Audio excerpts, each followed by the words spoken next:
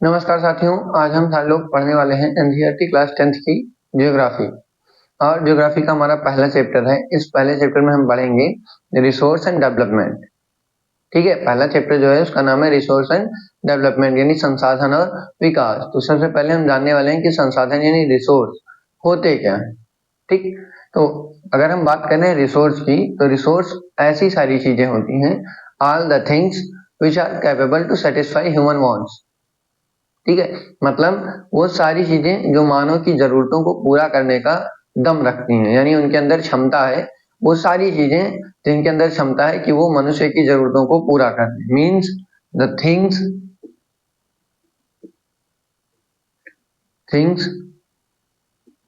Which are capable to satisfy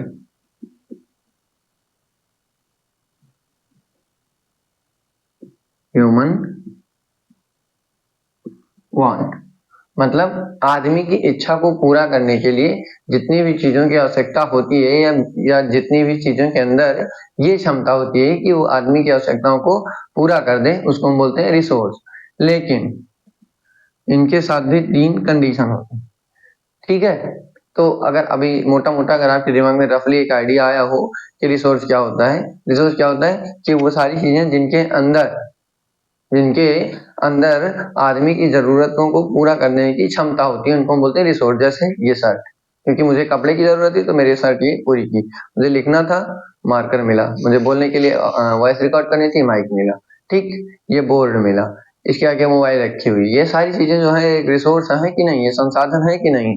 ठीक, इनके साथ भी मतलब जो जरूरतों को पूरा करने की क्षमता हो, उनके साथ भी 3 क्राइटेरिया जुड़ी हुई है, मतलब 3 कंडीशन है। पहली क्या है कि वो टेक्नोलॉजिकली एक्सेसिबल हो।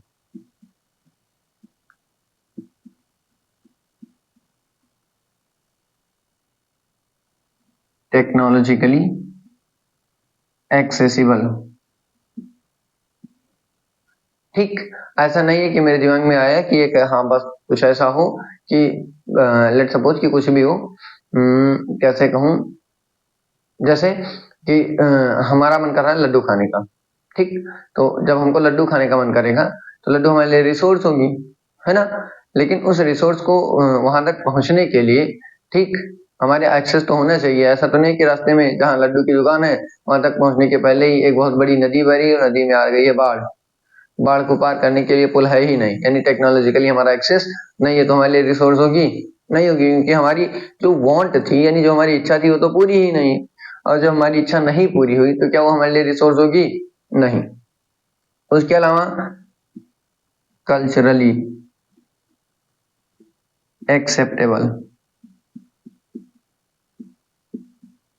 ठीक है, कल्चरली एक्सेप्टेबल का क्या मतलब है? सांस्कृतिक रूप से मान्य हो, एक्सेप्टेबल हो।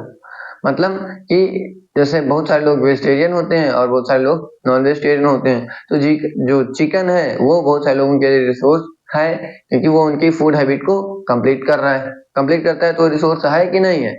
अब जैसे मैं एक वेजिटेरियन आदमी, तो मेरे लिए चिकन रिसोर्स होगा नहीं। क्यों? क्योंकि मेरे लिए वो कल्चरली एक्सेप्टेबल नहीं है। ठीक, उसके अलावा उसके अलावा तीसरा क्या है? Economically feasible.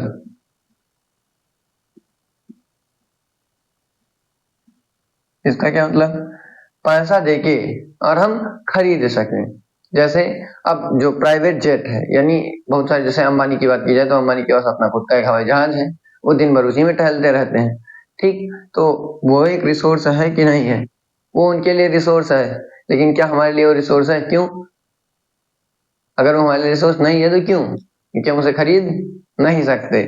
या फिर अगर हवाई जहाज में यात्रा, एरोप्लेन की यात्रा ही करने की बात की जाए, तो अगर हम यात्रा नहीं कर सकते, if I don't have sufficient amount of money to travel in airplane, then can we say that airplane is resource for मी?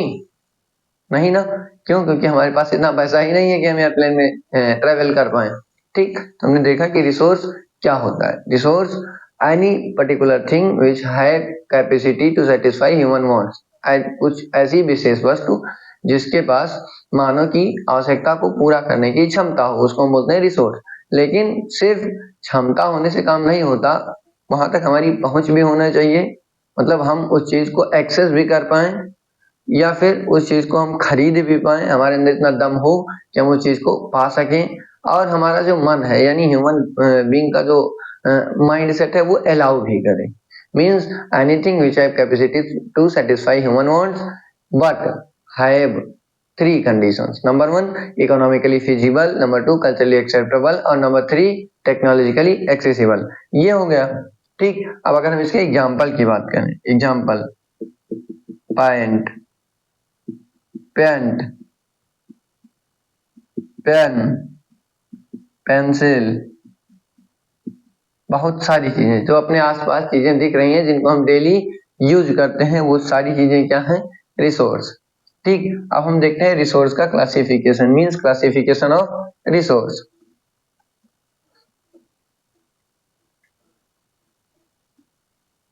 ठीक, तो सबसे पहली जो कैटेगरी है, on the basis of origin, on the basis of origin. ठीक है, origin यानी उत्पत्ति के आधार पे। ठीक, अगर कोई भी चीज नेचर ने बनाई है, ठीक, तो वो या तो जिंदा होगी, जिंदा यानी लिविंग होगी, हमारे आसपास है तो वो या तो लिविंग होगी, और दूसरी या तो वो नॉन लिविंग होगी। लिविंग को हम बोलते हैं बायोटिक, और जो नॉन लिविंग होते हैं उनको हम बोलते हैं एबायोटिक। ठीक, जैसे हमने कहा कि हमारे लिए जो हमारी नीड को फुलफिल कर रही है, जो चीज हमारी आवश्यकता को पूरा कर रही है, वो रिसोर्स है। तो क्या ये बताओ कि गाय, गाय यानी काऊ, हमारे लिए रिसोर्स है या नहीं है? है। क्यों? क्योंकि हमारे दूध को यानी हमारी मिल्क की रिक्वायरमेंट को गाय पूरा कर रही है, और गाय एक लिविंग बीइंग है, गाय एक जिंदा जानवर है। ठीक, तो क्या ये बायोटिक रिसोर्स है कि नहीं है? बोलो, है। ठीक, काऊ। प्लांट्स हो सकते हैं कि नहीं? बोलो। उसके अलावा एबायोटिक, मतलब जिनमें जान नहीं है, जो जिंदा नहीं है, तो जो एबायोटिक हैं उनमें क्या क्या हो सकता है? उनमें हो सकता है क्या? हमारा पेन, पेंसिल, रॉक, ये सारी चीजें। ठीक, फिर उसके बाद दूसरी कैटेगरी है on the basis of exhaustibility.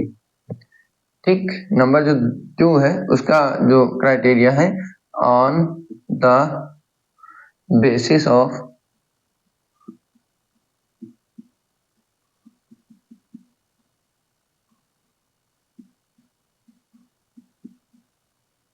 Exhaustibility. इसका क्या मतलब होता है? एग्जॉस्टिबिलिटी का मतलब होता है खत्म होने के आधार पे, मतलब जिन चीजों को हम एक बार यूज करते हैं और वो खत्म, परमानेंट फिनिश, उसके बाद हम यूज ना कर पाए। जैसे हम कोयला जला देते हैं, ठीक है, तो कोयला जला देते हैं तो खत्म हो जाता है कि नहीं खत्म हो जाता? बोलो। उसके बाद दोबारा उसकी राख को जला सकते हैं? नहीं। पेट्रोल, पेट्रोल को एक बार जलाए, जब वो जल के खत्म हो गया तो फिर क्या दोबारा उसके धुएं को हम यूज कर सकते हैं? कहीं नो, वी कांट यूज। है? बोलो। लकड़ी, उसको एक बार जला दिए, खत्म, है कि नहीं? बोलो, ऐसी बात है ना? ठीक, उसके अलावा कुछ चीजें ऐसी होती हैं जिनको हम चाहे जितनी बार यूज करें, जैसे वाटर, पानी पिए, ठीक, या फिर उसको अगर हम बात करें, उसको हम डैम, मतलब पानी नदी से बह रहा है, नदी में बह रहा है, उस पर डैम बना दिए, डैम बना दिए तो पानी डैम में इकट्ठा हो गया, यानी रिजर्वायर में इकट्ठा हो गया। उसके बाद हम उस पर टरबाइन लगा दिए, गेट खोले और पानी उस टरबाइन में गिरा, बिजली बना लिए, एक ही यूज हुआ। है? दोबारा फिर नीचे आए, फिर दोबारा टरबाइन बना, नीचे डैम बना दिए, फिर वो मतलब रीयूज कर सकते हैं, मल्टीपल टाइम्स उसको हम यूज कर सकते हैं कि नहीं यूज कर सकते। उसके अलावा अगर हम हवा की बात करें, यानी विंड की बात करें, तो जो विंड होता है, एक मान लो कि एक बहुत बड़ी एरिया थी यहाँ से वहां, ठीक, तो यहाँ पे एक ऐसे टरबाइन बनाए, एक टरबाइन हम यहाँ पे लगा दिए, जब हवा तेज तेज चलेगी तो यहाँ पे भी लगेगी, यहाँ पे भी लगेगी, मतलब सर्टेन टाइप के जो टरबाइन होंगे वो घूमेंगे। उसके अलावा ये बताओ कि इस एरिया में टरबाइन के घूमने से क्या लोगों की सांस लेने की जो प्रक्रिया है यानी प्रोसेस है, उस पर कोई इफेक्ट पड़ेगा? नहीं ना। तो अगर कोई इफेक्ट नहीं पड़ेगा तो क्या हम ये कह सकते हैं कि जो एयर है उसको हम मल्टीपल टाइम यूज कर सकते हैं कि नहीं कर सकते? ऑफ कोर्स कर सकते हैं। उसके अलावा अगर हम सनसाइन की बात करें, सनसाइन यानी सूरज की रोशनी के आधार पे, तो सूरज की रोशनी की, तो जो सनसाइन है क्या उसको हम सोलर में भी यूज कर सकते हैं, यानी सोलर पावर जनरेशन में भी यूज कर सकते हैं। उसके अलावा हमको एनर्जी प्रोवाइड करता है, हमको एनर्जी के सेंस में कि हमको प्लांट्स को देता है, प्लांट्स से हम कंज्यूम कर लेते हैं। तो क्या सोलर पावर लगाने से सनसाइन पे कुछ इफेक्ट पड़ा? ऐसा थोड़ी हुआ कि कम एनर्जी आने लगी, जितनी इंटेंसिटी आ रही थी उतनी ही इंटेंसिटी तो आ रही है, बोलो। तो क्या उस पर कुछ इफेक्ट पड़ा? तो कुछ चीजें ऐसी होती हैं जो एक बार यूज करने के बाद खत्म हो जाती हैं, सिंगल यूज होती हैं, और कुछ होती हैं मल्टीपल यूज की जा सकती हैं। ठीक, जो एक बार यूज की जा सकती है उनको हम बोलते हैं रीन्यूएबल, एग्जॉस्टिबल, और जिनको हम मतलब दोबारा यूज कर सकते हैं उनको हम बोलते हैं इनएग्जॉस्टिबल यानी रीन्यूएबल। ठीक, तो जिनको हम एक ही बार यूज कर सकते हैं उनको बोलते हैं नॉन रीन्यूएबल, नॉन रीन्यूएबल, और जिनको हम दोबारा यूज कर सकते हैं उनको हम बोलते हैं रीन्यूएबल। मतलब जिनको हम दोबारा यूज नहीं कर सकते उनको बोलते हैं नॉन रिन्यूएबल, और जिनको दोबारा यूज कर सकते हैं उनको बोलते हैं रीन्यूएबल। तो नॉन रिन्यूएबल का एग्जांपल है कोल, पेट्रोल, डीजल, केरोसिन यानी फॉसिल फ्यूल, ठीक, एक्सेट्रा। उसके अलावा रीन्यूएबल में सनशाइन, सनलाइट सबसे पहले याद आ गई। उसके अलावा विंड, फिर एयर, एक्सेट्रा। ठीक, मतलब क्या क्या हो सकती है नॉन रिन्यूएबल में? पेट्रोल, डीजल, कोयला, मिट्टी का तेल, ये सारी चीजें। और रिन्यूएबल में सनशाइन, वाटर, विंड। इसमें अच्छा ये बताना, आप चाहे लोग कमेंट में अगर पढ़ रहे हैं ध्यान से, ये बताइएगा कि जो सॉयल, सॉयल यानी मिट्टी जिसपे हम खेती करते हैं, क्या वो एक रिन्यूएबल रिसोर्स है या नहीं है? ठीक, उसके बाद इसकी जो तीसरी क्राइटेरिया है वो क्या है?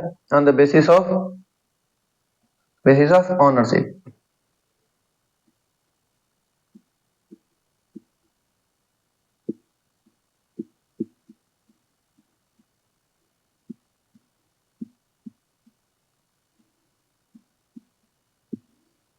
On the basis of ownership, ownership का मतलब मालिकाना हक यानी स्वामित्व।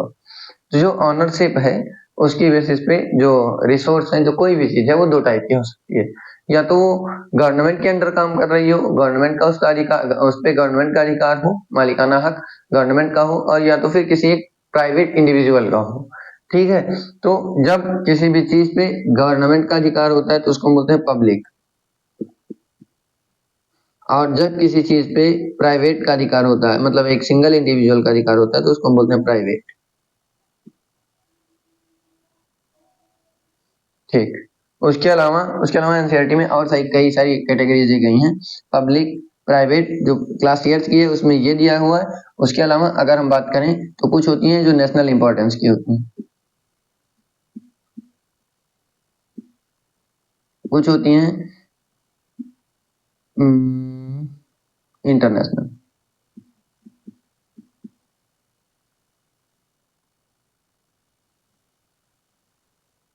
ठीक, मतलब पब्लिक, अगर गवर्नमेंट कंट्रोल कर रही है तो पब्लिक गुड होगा, पब्लिक रिसोर्स होगा। उसके अलावा अगर एक सिंगल इंडिविजुअल, एक आदमी उसको कंट्रोल कर रहा है, उसका मालिकाना हक है, तो दैट इज प्राइवेट। प्राइवेट या इसको हम इंडिविजुअल भी बोल सकते हैं। उसके अलावा क्योंकि एक अकेला आदमी गवर्न कर रहा है, तो अकेला आदमी यानी इंडिविजुअल, तो इसको हम इंडिविजुअल रिसोर्स भी बोल सकते हैं। उसके अलावा अगर नेशनल इंपॉर्टेंस का है, ठीक है, तो उसको हम बोलते हैं नेशनल रिसोर्स। और अगर वो इंटरनेशनल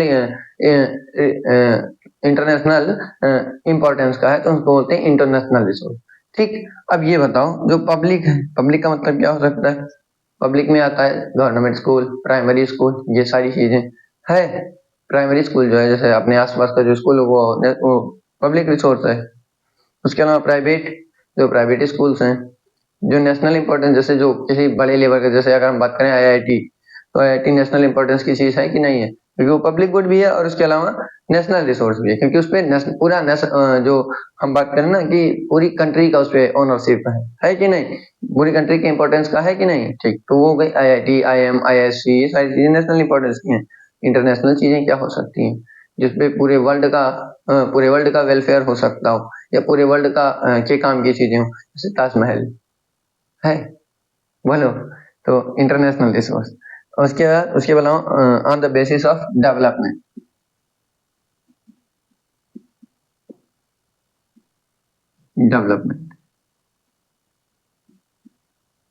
डेवलपमेंट में भी 3-4 category, actual, potential, reserve stock. हाँ ठीक है, पोटेंशियल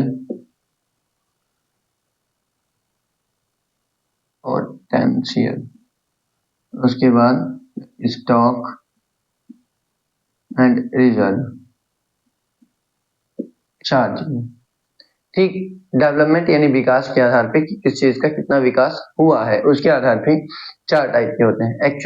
एक्चुअल मतलब जो अभी करंट टाइम में हमारे पास प्रेजेंट है, जैसे मेरे पास ये है एक्चुअल, वास्तव में ये मेरे पास मार्कर है कि नहीं है, दिस इज एक्चुअल रिसोर्स। लेकिन अगर मैं कह दूं कि कल को मैं लेके आऊंगा एक इस पे मस्त बड़ा सा पैनल, यानी digital board, that is potential, हो सकता है, कंफर्म नहीं है। उसके अलावा जो स्टॉक कहीं पे रखा हुआ, मतलब कहीं पे जैसे है तो कहीं ढेर सारा, बट उसका अभी हमारा एक्सेस नहीं, वहां तक अभी हम पहुंच नहीं पाए। जैसे जो माइंस है, यानी ऐसा कहा जाता है कि जो सदर्न कॉन्टिनेंट, सदर्न प्लेट्यू है इंडिया का, दक्कन ट्राइब, वहां पे बहुत सारी माइंस के प्रेजेंस होने का अनुमान है, लेकिन कहाँ है ये हमको नहीं पता। That is stock. हमारे पास टेक्नोलॉजी है, पता भी चल गया है, लेकिन अभी हम उसको एक्सेस भी कर लिए हैं, और अब हम उसका धीरे धीरे डेवलपमेंट कर रहे हैं। दैट इज रिजर्व, मतलब कि हमारे पास जो अभी है एक्चुअल, जो होगा पोटेंशियल, जो पता तो है कि कहीं पे है, बट कहाँ है न जानते हैं और न हमारा एक्सेस है, दैट इज स्टॉक। और जो पता भी चल गया है, एक्सेस भी कर रहे हैं, दैट इज रिजर्व। ठीक ठीक है, उम्मीद है कि आपको समझ में आया होगा। तो सबसे पहले हमने देखा कि on the basis of origin 2 type के, बायोटिक और एबायोटिक। बायोटिक यानी जिंदा, एबायोटिक यानी मर गए। बायोटिक के एग्जांपल काऊ, घाट, बफेलो, बकरी, सीप, ये सारी। ठीक, एबायोटिक का एग्जांपल पेन, पेपर, पेंसिल, ये सारी चीजें। उसके अलावा एग्जॉस्टिबिलिटी यानी खत्म होने के आधार पे, खत्म होने के आधार पर 2 टाइप के, रीनेबल और नॉन रिनेबल। रीनेबल मतलब दोबारा यूज कर लें, नॉन रिनेबल दोबारा यूज ना कर पाए। रीनेबल के एग्जांपल सनलाइट, विंड, वाटर, ये सॉइल। ठीक है, उसके अलावा जो नॉन रिन्यूएबल के एग्जांपल हैं, ठीक, हाँ, नॉन रिन्यूएबल के एग्जांपल हैं कोल, पेट्रोल, डीजल, क्रूड ऑयल, ये सारी चीजें। उसके अलावा तीसरी, on the basis of ownership, private, एक आदमी के कंट्रोल में हो यानी इंडिविजुअल के कंट्रोल में हो, उसको हम बोलते हैं इंडिविजुअल रिसोर्स। ठीक, गवर्नमेंट के कंट्रोल में हो, पब्लिक रिसोर्स, नेशन के कंट्रोल में, पूरा नेशनल इंपॉर्टेंस की चीज हो, दैट इज नेशनल रिसोर्स। और पूरी ग्लोबल इंपॉर्टेंस हो उस चीज का, पूरे विश्व में उसका महत्व हो, दैट इज इंटरनेशनल रिसोर्स। उसके बाद on the basis of development यानी विकास के आधार पे, एक्चुअल अभी है, ठीक, पोटेंशियल हो सकता है, स्टॉक है लेकिन अभी हम एक्सेस नहीं कर पाए, रिजर्व है भी और एक्सेस भी कर लिए हैं।